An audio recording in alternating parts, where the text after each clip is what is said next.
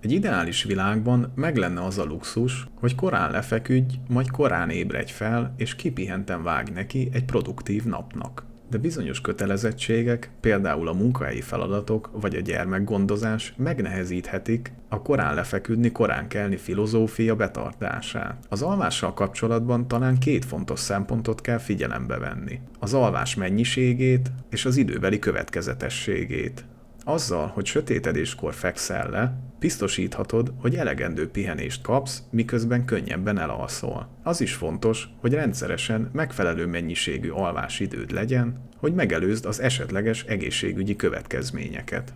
Ha tanácsokat keresel a saját alvási időbeosztásodhoz, vedd figyelembe az alábbi irányelveket az ideális alváshoz. Mely időpontban a legjobb aludni? Ideális esetben az embereknek korábban kellene lefeküdniük, és a kora reggeli órákban kellene felébredniük. Ez a minta megfelel a biológiai hajlamunknak, hogy az alvási szokásainkat a naphoz igazítsuk. Előfordulhat, hogy napnyugta után természetes módon már álmosabbnak érzed magad. A pontos időpont attól függ, hogy mikor szoktál felébredni reggel. Egy másik fontos szempont pedig, hogy éjszakánként mennyi a szükséges alvásmennyiség. Hogyan működik a cirkadián ritmusunk?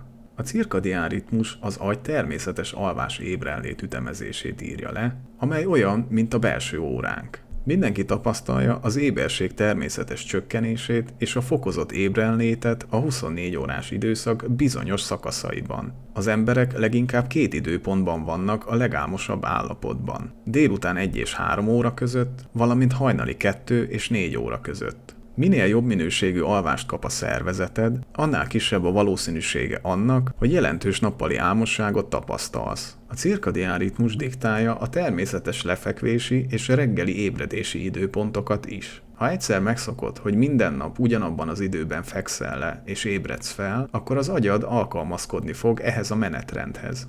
Végül pedig könnyen előfordulhat, hogy este könnyedén fekszel le, és gond nélkül ébredsz fel közvetlenül az ébresztő óra előtt.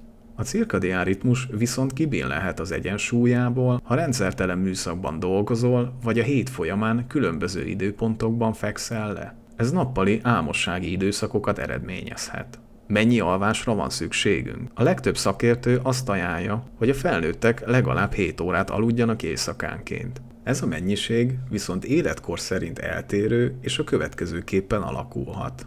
Látható, hogy csecsemő és gyerekkorban jóval több alvási időre van szükség, mint felnőtt korban. Tehát ahogy idősödünk, úgy egyre kevesebb alvási időre van szüksége a szervezetünknek. Lehet mellékhatása az elégtelen alvásnak? Ha nappali álmosságot tapasztalsz, az annak a jele, hogy éjszaka nem alszol eleget. Ügyetlenséget, ingerlékenységet és feledékenységet is tapasztalhatsz. Ha nem alszol rendszeresen eleget, az hosszabb távú egészségügyi következményekhez is vezethet. Mivel az immunrendszer nem tudja magát eléggé kipihenni, ezért gyakrabban betegedhet meg, előfordulhat magas vérnyomás, cukorbetegség, szívbetegség, elhízás és depresszió. És milyen következményekkel jár, ha túl sokat alszunk? Míg az elégtelen alvás mellékhatásai már régóta ismertek, a kutatók most a túl sok alvás egészségügyi következményeit vizsgálják.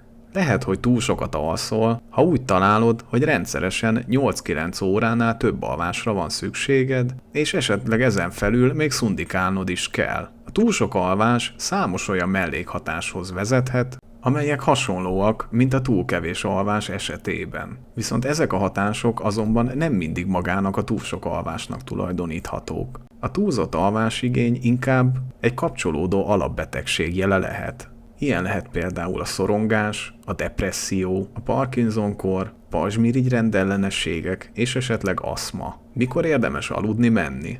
Az éjszakai alvás legjobb időpontja az az időkeret, amelyben a korcsoportodnak ajánlott alvási időt tudod elérni. A legjobb lefekvési időpont a reggeli ébredés időpontjától visszaszámított 7 óra. Ha például reggel 6-kor kell felkelni, akkor érdemes megfontolni, hogy este 11 óra előtt már lefeküdj. A másik kulcsfontossági tényező az, hogy találj ki egy olyan alvási ütemtervet, amelyet minden egyes éjszaka, még akár hétvégén is be tudsz tartani. Ha hétvégén sokáig fennmaradsz és sokáig alszol, az megnehezítheti, hogy a hétköznapokon visszazökkenj a rendes kerékvágásba. Beszélhetsz szakemberrel is, ha gondjaid vannak az éjszakai elalvással, vagy ha a következetes lefekvési időbeosztás betartása ellenére továbbra is nappali álmosságot tapasztalsz. Erre azért lehet szükség, mert előfordulhat, hogy ez az alvásminőséggel kapcsolatos problémákra utal, ami viszont további vizsgálatokat indokolhat. Összességében elmondható, hogy az alvás tekintetében az a legjobb, ha este korábban fekszünk le, és minden nap korán kelünk.